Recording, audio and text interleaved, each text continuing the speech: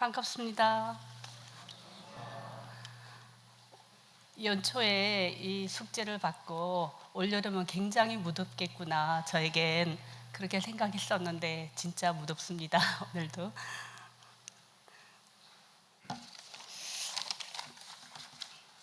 저는 결혼 전에 기독교 신앙을 가지고 있었습니다. 그런데 남편은 유교 집안의 장남이었는데 그래서 결혼을 반대하셨죠.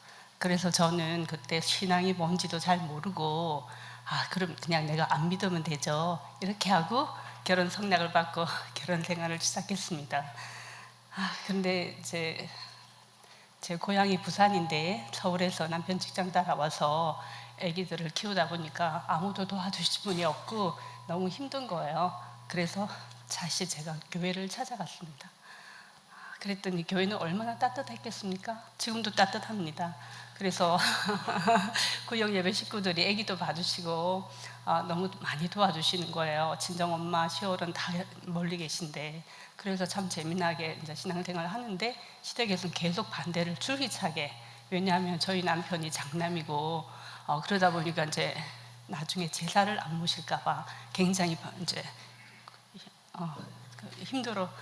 힘들었죠. 그것 때문에. 그래서 이사 갈 때마다 성경책 이렇게 숨기느라고 바쁘고 막 그런 생활을 하다가 10년 전에 제가 이 동네에 정말 우연하게 이사를 오게 되었습니다.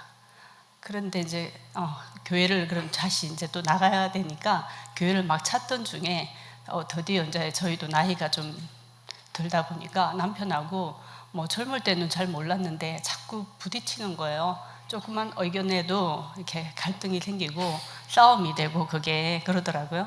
그래서 이대로 살아서는 노후 생활이 정말 재미없겠다 그런 생각이 들었습니다. 그래서 그러면 어떻게 해야 되나. 근데 나중에 나이 들어서 종교 생활이 또 보험이다 누가 그러시더라고요. 그만큼 종교 생활이 중요하다. 근데 이제 저 혼자만 재미나게 교회를 다니면 뭐 하겠나 싶어서 남편한테 우리 같이 그러면 종교 생활을 해볼래요? 이제 이렇게 건의를 했습니다. 그런데 저는 좀 성격이 의존적이고 이렇게 뭔가 매달리는 성격인데 남편은 굉장히 독립적이고 내 주먹을 믿는다. 젊을 때부터 늘 그렇게 얘기를 했어요. 그러니까 성격이 정반대더라고요. 그래서 남편에게는 기독교보다는 불교가 좀 더 맞는 것 같고 또 대학교 1학년 때 불교 학생회 같은 데도 갔다고 하더라고요.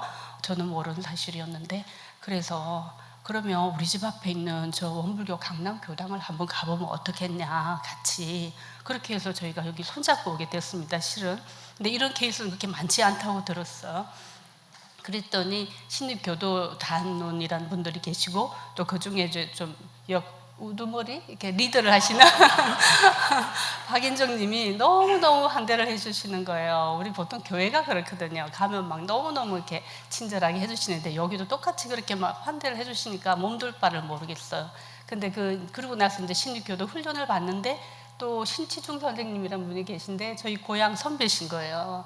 그러면서 고등학교 때 자기는 이 원불교를 접해서 굉장히 열심히 하셨다 그때부터. 그런데 저는 정말 그 고향 부산에서 고등학교를 다녔지만 그 당시에 원불교를 전혀 몰랐거든요. 이름도 못 들어봤거든요. 그런데 박인종 씨도 또 부산 분이신데 고등학교 때 아주 재미나게 그렇게 원불교 교당 생활을 하셨다는 거예요. 그럼 나한테는 왜 그 당시에 그렇게 원불교가 인연이 안 됐지? 그런 좀 안타까운 생각도 들더라고요. 어쨌든 그렇게 해서 저희는 이제 여기서 둘이서 합의해서 그럼 교당을 다녀보자. 그렇게 해서 이제 제가 종교를 개종을 한 거나 마찬가지입니다. 그렇게 했는데 이런 법회 이런 게 저는 불교도 전혀 모르는데 원불교로 오다 보니까 너무 이게 기독교하고 이게 너무 안 맞는 거예요. 찬송가로 그냥 처음부터 끝까지 막 이런 은혜 넘치는 그야말로 그런 분위기 속에 있다가 막 금방 했죠. 영주 또 이론상 서원문 또 반야심경 그걸 막 옳는데 이게 잘 안 읊어지고 너무 딱딱한 거예요. 그러다가 서서 이제 코로나가 오면서 제가 마음이 좀 떨어져 나갔어요. 그러다 친정아버지가 편찮으셔가지고 저희 집에 모시게 됐고 그래서 아버지 혼자 집에 놔두고 제가 이게 교당에 오는 것도 좀 마음이 무겁고 그래서 한 2년을 아버지 계시는 동안은 못 나왔습니다. 그런데 보니까 남편은 줄기차게 너무 열심히 다니는 거예요. 너무나도 재밌게. 그러면서 성가대도 하고 또 당구 클럽인 원당에도 가고 너무 재밌어요, 옆에서 보니까. 그래서 저도 처음에 이제 약속을 했듯이 그래 다시 나오자. 그래서 이제 2년 만에 나왔는데 그동안 배운 교리를 다 잊어버린 거예요.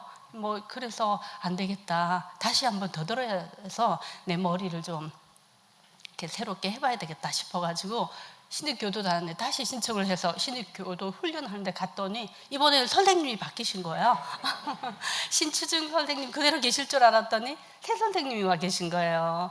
그런데 이 선생님 역시 한산 선생님이셨는데 너무나 진실하시고 또 우리 신입 교도들을 사랑해 주시는 마음으로 당신도 공부하는 마음으로 새롭게 공부하는 마음으로 이걸 지도하신다 하면서 근데 또 보조해 주시는 연정원님이라는 분이 계세요. 이분도 또 너무 따뜻하게 우리 신입 교도들을 이렇게 보살펴주고 정말 엄마처럼 그렇게 해주시는 거예요. 그분들의 정성에 감복해서 이제 2번째 신입교도 훈련을 마쳤습니다. 그리고 이제 좀 열심히 해봐야지 하는데 한 번은 또 제 뒤에로도 또 저는 이제 34기인데 그 뒤에로도 또 후배들이 이제 양성이 되잖아요. 하루는 한산 선생님께서 선배로서 후배들한테 무슨 덕담을 들려줄 게 있는가 하면서 저한테 한번 해보라고 그러시는 거예요. 그래서 제가 용기를 내서 후배님들한테 말씀을 드렸어요. 원불교는 누가 떠먹여주는 종교가 아니다. 내가 와서 보니까. 그래서 본인이 이렇게 찾아서 경전 공부도 하고 사경도 하고 열심히 하지 않으면 10년을 다녀도 아무것도 모르게 될 거다. 그렇게 얘기를 했습니다. 사실입니다, 이거는.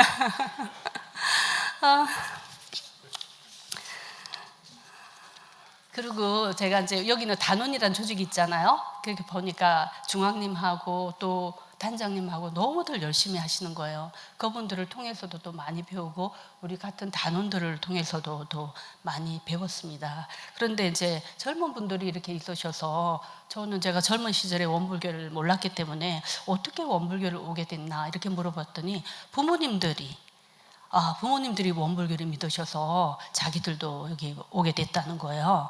그래서 저는 그 말을 듣고 저를 돌아봤습니다. 우리 자녀들에게 제가 내 종교 좋으니까 한번 믿어볼래 하면 과연 따라올까?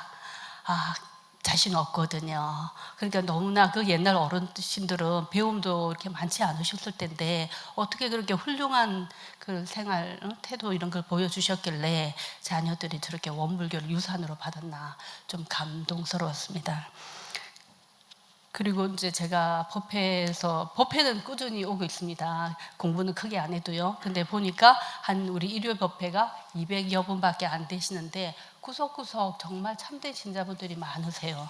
그리고 또 여기 용어지만 공심 가득한 그런 분들의 봉사로 각 활동들이 많이 있잖아요. 특히 본공에 식사도 못 하시는 것 같아요. 보니까 그 판매하는 데 때문에. 그다음에 카페에서 일하시는 분들, 그리고 또 원트래킹 지도부들 한 달에 한 번씩 거의 근 20년을 지금 하고 있다고 하더라고요. 진작 알았으면 제가 원불교를 더 빨리 왔을 것 같습니다. 그런 분들은 정말 아무 대가 없이 너무 고생을 하고 계시고 우리 원불교가 잘 될 수 있도록 활성화될 수 있도록 힘써 주시는 거 보니까 정말 감동이었습니다.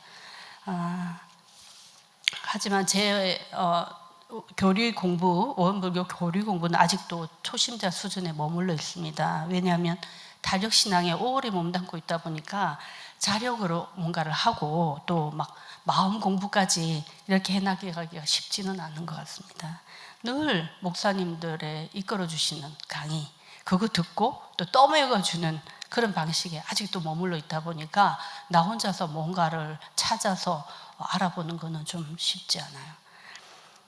하지만 주말이면은 내일의 법회가 기다려지고 또 법회 중에 이렇게 교당에 빈자리가 많은 거 보면 좀 마음이 안타깝고 이 좋은 시간에 좀 더 많은 분들이 오셨으면 얼마나 좋을까 이런 생각이 드는 거 보면은 저도 어느새 교당을 사랑하는 마음이 생기는 것 같습니다.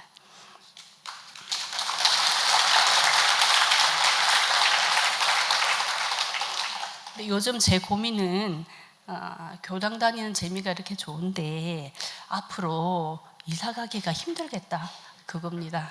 행복한 고민이겠지요? 여러분 앞에서 이런 영광스러운 자리를 갖게 돼서 너무 감사하고요. 앞으로는 오늘을 기점으로 제 스스로 교리 공부도 좀 더 열심히 하고 사경도 해나가고 또 단원과 여러 교도분들과 친교도 가지면서 또 제대로 배우면서 원불교의 찐 신자가 되도록 노력하겠습니다. 감사합니다, 여러분.